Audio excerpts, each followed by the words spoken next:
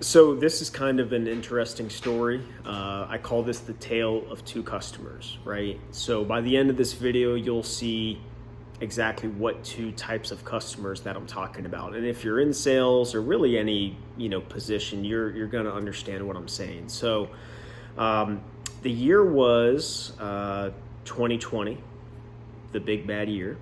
And I was doing a ton of roofing projects up in Charlotte, North Carolina at the time.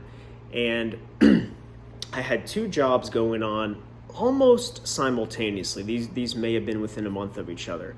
And it's just so interesting to look back and see the contrast of these two types of clients. So my first client, and I won't name any names, but he was a very, or is still a very big time attorney in Charlotte, North Carolina. I mean, he's big time, right?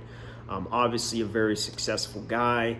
He has this demeanor about him that is, strictly business. I mean, the guy, he's frankly, pretty intimidating guy. I would not want to be on the other side of a bad deal with him, if I in the court of law, right? Just a very well put together guy, obviously very successful. He lived in a very big home. It was one of the biggest, roofing projects that I've ever done.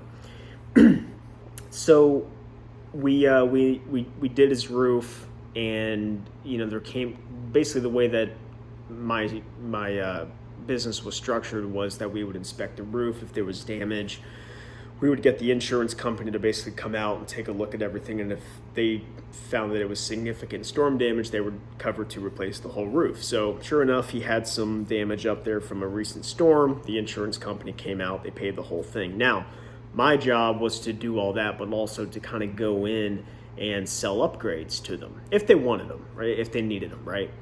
So I went in, I pitched everything I had. They bought everything that I pitched immediately. There were no questions about price, nothing about materials. They're like, yep, if it's good, let's do it.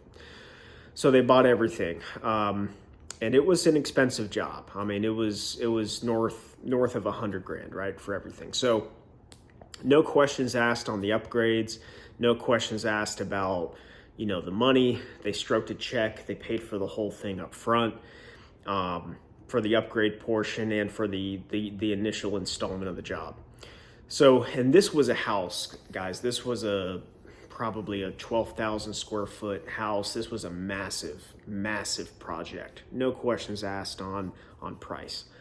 So we go in, and obviously it's roofing, all right? It's construction, things happen, things don't always, go so smooth, but if there's ever something that comes up, it was my job to deal with it. It was my job to bring it up to the homeowner. Hey, this is going on. This is how we're going to fix it and keep the ball rolling. So, and again, I say that this is a pretty serious guy. This is a very, very high up attorney. So I go to the job. I think it's a Tuesday afternoon or something like that. The job took maybe 6 days or 5 days to complete. It was a big house.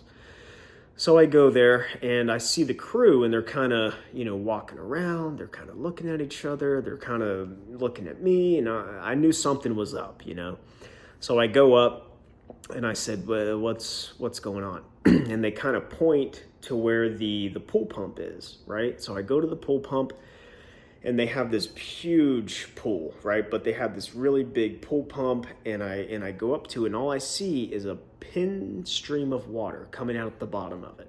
I mean, just the almost like a fishing line width, just this pin stream of water coming out of this thing.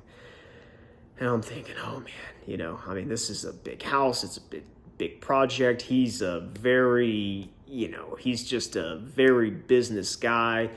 But it's a problem, right? So I'm not going to avoid this. I'm not gonna just pretend I didn't see it. So I had to make the choice. I'm like, he wasn't home, so I have to call him. So I reluctantly, but also I'm like, I know I have to do this. It's the right thing to do. So I called him, and I didn't know. I mean, obviously the coincidence. I mean, did we do it? It's hard to say that we didn't, but where the pin stream was, where the hole was in this pump, it was almost impossible to imagine something fell off the roof and hit it, just the angle that it was, right? It was very hard to imagine. So, but also, like, what else would it be, right?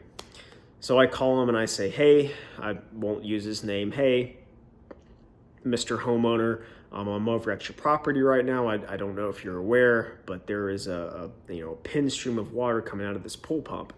And all he said was, okay, let me get my wife to deal with it. See ya. That was it. I mean, he didn't ask any questions. He didn't go further. As a matter of fact, when I called him, I said, do you have a second? He's like, not really. What's up? And he just was that kind of guy. So he didn't call me back. I didn't talk to his wife about it. I spoke to him and that was that. So I came back. So we finished the job. I came back a week later to kind of do a QA check. And I was just curious. I'm like, I wonder if this is still leaking. I walk around back to the property where that pool pump was, and I look, and the entire pool pump and everything attached to it was replaced. Brand new. Everything was replaced. They never brought it up to me again. They never talked about it. When I got the final check from them, they never even discussed it. Nothing was ever said again, not once. Okay, that's customer A. Now let me go to customer B. This gentleman on the north side of Charlotte, we were doing his job, much smaller house, kind of a little up and over deal, maybe 2,000 square foot house, a small, 2-story, but kind of an up and over roof, maybe with a little dormer in the front. And we did his roof, again, got it approved through insurance. I pitched him the upgrades. He bought nothing, right? He didn't want to buy any upgrades. He even gave me some pushback on the deductible, which there's always a small deductible, typically $1,000, maybe $2,500, $5,000 if it's a big house. So he gave me some pushback on that, didn't buy any upgrades. During the entire process, he was out, kind of pointing things out. What about this? What about that? His house took 1 day, by the way. So towards the end of it, I had left to go deal with something else, and I get a call from him. He said, Justin, we have a serious problem. You need to get over here. And I'm like, what's going on? He's like, check your phone. And he had sent me a picture of his pool, right? Another pool issue. So he had showed me where the water in his pool dropped maybe 6 inches. Right? It didn't drain completely. He said he ran out, he saw that it dropped, and he went out and cut off the water or dealt with it. I'm not a pool expert, so I don't know the terminology, but so I got over there, and it turns out what my crew had done is they had tried to protect his pool pump, right? To avoid shingles and debris falling on his pool pump. So it turns out that the piece of plywood that they kind of put over it pressed. And again, I'm not a pool expert. All you pool guys out there, leave in the comments below what I'm talking about. But it had put some pressure on this lever that had pulled, and I guess it started to drain the pool. And it maybe, I'm serious, it maybe dropped 6 inches, right? So I said, okay, well, this is obviously a problem. I think I helped him find the replacement piece online. It was maybe $12. To kind of redo this thing. He put the hose in the pool, and it was done by that afternoon, right? So several weeks go by as the last insurance check was coming. I met him at the house to kind of, go over and get the final check. I showed him the final bill for the rest of the job and everything like that, because basically it's 50-50. We take half up front and then do the other half when the job is done. So we're going over this, and he pulls out a water bill. He pulls out the last 2 months' water bill and the month that we did the install. And he showed me the discrepancy of these water bills, right? And the water bill, it was something, and then this month it was like $20 more, right? Or something like that, 15, 20, it was something like that. And he said, this is the difference of the water that dropped the 6 inches. I expect some compensation for this. And in that moment, I realized, wow, that first customer I had, there was a small leak in his his pool pump, and he spent, I mean, I don't know how many thousands. I mean, it had to have been 10 grand to replace. This thing was a giant structure, and he replaced the entire thing. And this guy is trying to nickel and dime me over 6 inches of water that drained out of his pool because we put a little weight on his pool pump. So we made him whole. But my point of this story, guys, is it's incredible how much flexibility and maneuverability you have when you work with clients with money. They don't care about the nickels. They don't care about the pennies. They want to make sure that the job gets done, and they're willing to stroke a check to fix a problem. And that was my huge takeaway, and really not just as a salesperson of who I want to work with, but just who I want to be as a man, as a human being. Like, do I really want to go through life trying to stress about the little things? Or do I want to work hard enough to where I can just say, hey, it's a problem. I don't want to think about the problem. Boom, boom, boom. Here's a check, fix it.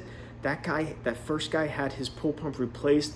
I was shocked. I couldn't believe it because I came back in maybe a week and the entire thing was replaced. And I'm like, that's who I want to be. That's how I want to roll through life. If there's a problem, boom, get it done so I can worry about the bigger fish.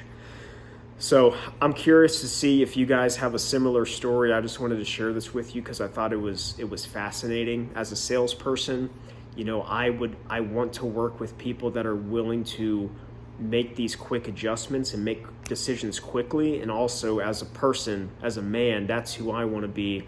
I want to be able to move through life, to not have to deal with these little problems, but boom, let's take care of it so that we can get on to the bigger plays. So I hope this finds you well. Leave a comment in the down below if you have a similar story. See ya.